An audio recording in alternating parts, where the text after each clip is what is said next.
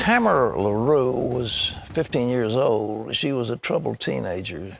And one day, she took a gun her mother had and put it against her chest, and she pulled the trigger. Her body was rushed to the hospital, but she said her soul went somewhere else. I was convinced that there was no way to live a completely happy life. And if I couldn't live happy, I didn't want to live at all. It began with a divorce, a broken home. And I believe that through that, my mentality began to form and began to develop a sense of rejection because I didn't understand. I was a small child and didn't understand adult things. And so I felt the breakup was all about me. That sense of rejection just really grew. I began to perceive myself as a burden to other people. And so I would take little bitty comments that were relatively insignificant. I would make it into a really big deal. Those little seeds in my life, I began meditating on over and over. And as I grew, the rejection began to grow.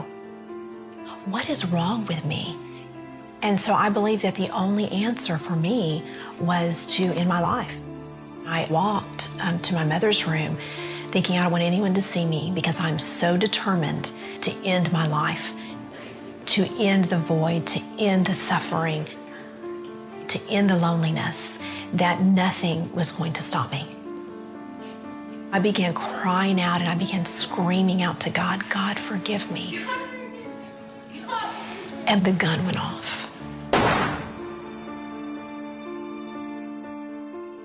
Well, she's written a book called Delivered. Tamara Laroux is here with us. Hey, it's good to see you. Thank you, Pat. It's a tremendous book. Thank you. That was a 38 police special. Yes. Your mother had in her drawer. I understand a voice said to you, don't shoot your face.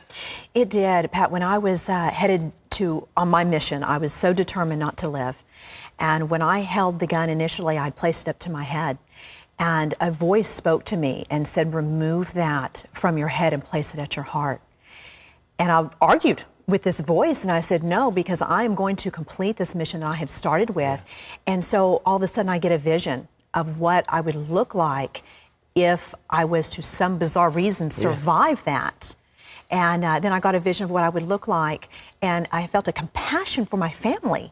And so I listened to the voice, and I removed the gun from my head, and I placed it down at my heart. You pointed to your chest. You had it straight going down this way into your heart. I did. I knew where my heart was, and so I took the gun and I aimed it directly for my heart because I was not going to miss.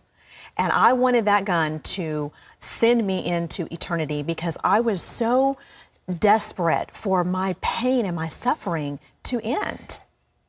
So you pulled the trigger and there was a loud bang, and then what happened? Pat, when I pulled that trigger, I knew my body was dying. I felt the blood rushing through my lungs. Death gripped my body. I became blind. I became deaf. And as my soul left my body, I began traveling faster than the speed of light. And I began falling and falling and falling. And all of a sudden, this explosion happened on the inside of me. It was as if there was like a sulfuric type acid burn that consumed me in every way. It was so hideous and terrifying. There are no words to describe the level of pain and the type of burn that I was experiencing. What was it? It was hell, Pat. It was what the Bible describes as hell. It was the fire of hell.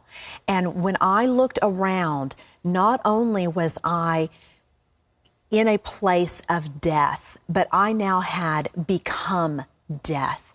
I was no longer in a place where there was peace. I was in a place of total torment. Were you terrified? I had become fear. Oh, you've become fear. I had become a being of fear. You know, the Bible describes that death is the absence of God. Yeah, yeah.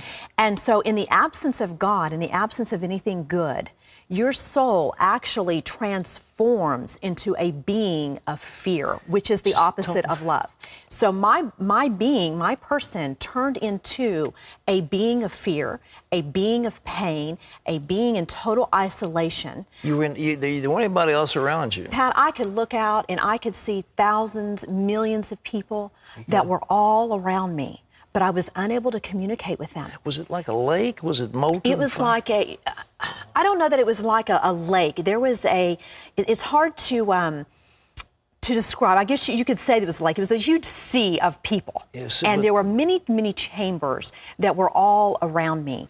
And all of the people that were there were in the same formless being, screaming out in agony, in total terror, in a hideous scream. Then there was no end to it, Pat. There are no words to describe how horrific this was. They were screaming in agony. They were screaming in agony, and because they had become total beings of death. Yeah. And that's hard for the physical mind to understand those things. But when I would look at it, I remember looking at an individual, particularly, and they were as close to me as you are. And when I saw them, Pat, I knew everything about them. I knew every sin they had committed. I knew my knowledge about their life was completely full. I knew everything they had done wrong. I knew their thoughts. I knew their emotions. I knew the will. I knew everything I could think upon. My wisdom was in its fullness. It was like a Harvard degree instantly, you know, but it didn't matter. It didn't matter. In that hideous state of a burning torment, the only knowledge that mattered was that Jesus Christ was Lord. And here I am in this state of agony, indescribable agony, and the only thing that mattered was that I never surrendered to the lordship of Jesus Christ. Was this like regret in your mind as part of that fear? Absolutely regret. There was so much regret and shame and guilt that I had believed a lie and that I had believed the deceit. And when I looked out across the lake, across the heavens, I could see the entire universe, Pat. And it was like the earth was magnified. And there was a mutual feeling, a mutual understanding of everyone, the thousands and millions of people that were there with me, that we did not want anyone to go where we were. We wanted people to go back to earth and warn everyone, don't believe the lie, do not be deceived by your enemy, do not come here. Is that in your mind prior to this that ever could have seen anything as horrible as that? No. Never. And now I read the Bible and I see the Bible, how it describes hell.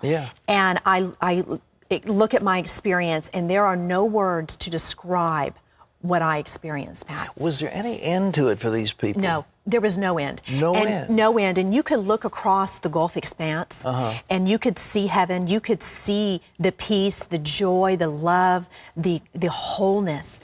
And you knew you were never going to experience that, because time does not exist in eternity.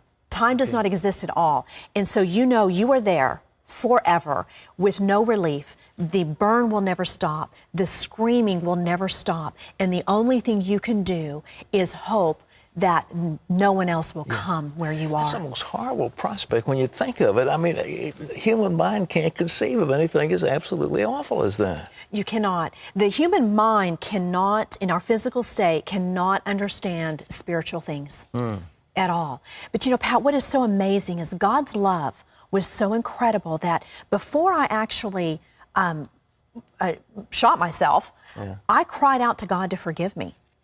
And in that cry of desperation of forgiveness, God heard me. And He is so faithful to His word and to His promise that in my screaming and in my agony and in the revelation of what I experienced, God came down from heaven, and this hand scooped me up, Pat, and picked me up. And I realized I was not in hell because I shot myself. Because no act can take you to hell as if no act can take you to heaven. We are saved by faith. And so I realized that I wasn't there by my actions. I was there because I didn't receive Jesus as my Lord. And so when this hand picked me up and took me over the vast expanse, took me over that gulf fix, And it's huge. But to God, it's just like a simple, But that's a what simple Jesus dividing said line. in the parable. There's a great gulf between us fixed. Yes. And there was a great gulf. A great gulf. And it was of nothingness. Yeah. Dark, just nothingness. And when I went over that and I entered into God's presence, Yeah. Pat, now, you can't describe God's presence either, but it was love. And I had now left a place of death and torment and darkness. And now I had entered into a place of love and light. And I experienced God's wholeness. I experienced His grace and His mercy. And there was unity with Christ that is indescribable. My pain was gone. My torment was gone. And I was in this presence of total wholeness. And you could see the lights, the beauty of the stones and the lights reflecting in heaven. And the very sight of them was rejuvenating and just energizing. And they it was were communicating magnificent. with each other. The people were talking. Oh yes, they walking were all communicating. However, I was restricted. You were. I was not allowed to take part in any of that. Although I knew that was going on and although I saw those things, I was not allowed to take part of that or to see many things in detail. There was many things understood, and the knowledge was free and wisdom was free. And so as I traveled over the heavens and I was cleansed of my sin, and I came back, and there are, in the spiritual world, you're not confined to the restrictions of the physical world.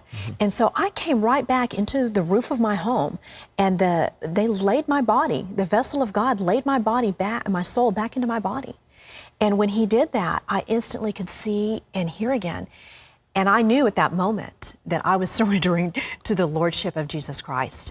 And I knew that whatever I was facing, the stigma of suicide, the stigma of everything that I had to face, was going to be okay. Would you come back in? Was it an operating room? You came back into your home? No, I came back into my home. You did? I came back into my home because when I had gone in there, I was isolated. Nobody knew that I had gone in there alone. So I don't know how long exactly I was out of my body, but when I had come back, that was when I had called for my mother to come and help me, and that was when she called the ambulance. But when the ambulance got there, they even asked my mom, "Are you going to even bother to take her to the emergency room?" Because I was gray. I had the pallor of death on me, and they thought that I was fading into death, but what they didn't realize is I had already been dead and had just come back. And so within a matter of a few hours, Pat, I had gone from, "Are you going to bother to take her to the hospital?" They did their work on me in the emergency room. Then they took me into ICU, and by the time they got me to ICU, they're like, "There's nothing wrong with her." And they put me into a regular room. My recovery was just miraculous. Well, did you hit the heart? I mean, did your bullet hit the heart? I missed my heart by less than 1/4 of an inch. And I understand with a .38 caliber gun that should have just shattered my heart completely. Well, according to your book, the attendants, and when you were lying there, they weren't too complimentary. They were complimentary. They're a little suggestive. It was quite humiliating. Here I was going through a situation that is humiliating in itself. Being in a state of emotional just despair. And then I had gone in there, and the emergency crew were just, making sexual innuendos and just, having fun. And to them, it was just work. They were just working. Did they know you were alive and hearing all this? Oh, I was very coherent. I mean, they were looking at me for a response. Yeah. And my response was just, I kind of smiled like, "I can't believe you're saying this." But Good that was grief. part of, God used that, Pat. He works all things for our good. Sure. And He used that to show me, "Tamara, you have got to not be afraid of people. There is only one fear you should have, and that is a reverent fear for me." And you were 15 years old? I was 15 years old. What's happened since? It's amazing. You hear testimonies of how God just completely delivers you emotionally. That didn't happen with me, Pat. Although when I came back, God healed me of hopelessness. But He did not deliver me emotionally instantaneously. And I began my journey. And on this journey, it has been a wonderful journey. God has begun to teach me how to take the promises of His Word and apply them to my mind and apply them to my emotions. So God has, through a process, completely delivered me and made me whole, where I am no longer emotionally distressed or depressed or sad or lonely or rejected. Do other people buy this when you tell them? What's your family, your parents, what do they think? Did you tell them where you'd been? You know, initially I did not tell them, Pat, because it scared me. Yeah. And I know that the stigma when people commit suicide, it's, you know, you're wanting attention and we're going to, okay, you know, and I didn't want people to think that I wanted attention. I wanted people to know what I had to say was the truth, because I was so afraid of what people thought about me. I didn't tell anybody. For 2 years, I kept this secret to myself. And when I was ready to come and tell people, when I became saved, I started going to church, I started studying God's Word, I started on my journey of learning how to become free and how to apply the cross to my life. Yeah. But I made a lot of mistakes. And I would still fall back and I would drink and I would party with my friends because I needed these friends, I thought. Okay. And God showed me different. And so when I came out and began to tell my story, people were like, okay, if you're really telling the truth, then why did you go back and do these things? And it's a perfect opportunity for me to tell them, when our soul is in our body, we are in a war for our soul. Right. And I am having to learn how to crucify my flesh and live after the Spirit of God. And I have gone on that journey. And so now, Pat, people, when I share my testimony, we see people saved and delivered and restored and made whole. And that same love that God has given me, I'm seeing Him manifest in the lives of others. And it's just amazing. Tamara, this book is tremendous. Ladies and gentlemen, it's called Delivered. Tamara Laroux, what a story. And that journey from heaven, or hell to heaven, not heaven to hell, hell to heaven. Yes. Tamara, God bless you. This is great. Oh, thank you so much. God has been... We serve a mighty God. We do indeed. And, you know, Pat, I want to say one thing. If you are believing anything other than the gospel of Jesus Christ, you are believing a lie. Because the gospel is the truth. It is the only truth. You cannot add to it, nor can you take away from the gospel of Jesus. You've been there. And I've been there. Tamara, God bless you. Thank you Thank you so much. Tamara Laroux, ladies and gentlemen. A whole week, we're talking about life beyond the grave. People who've been there, they've seen it. Listen to what they say. We leave you with these words from John 14. Jesus said, I am the way, the truth, and the life. No one comes to the Father except through me. We'll see you tomorrow. Don't miss it. Bye-bye.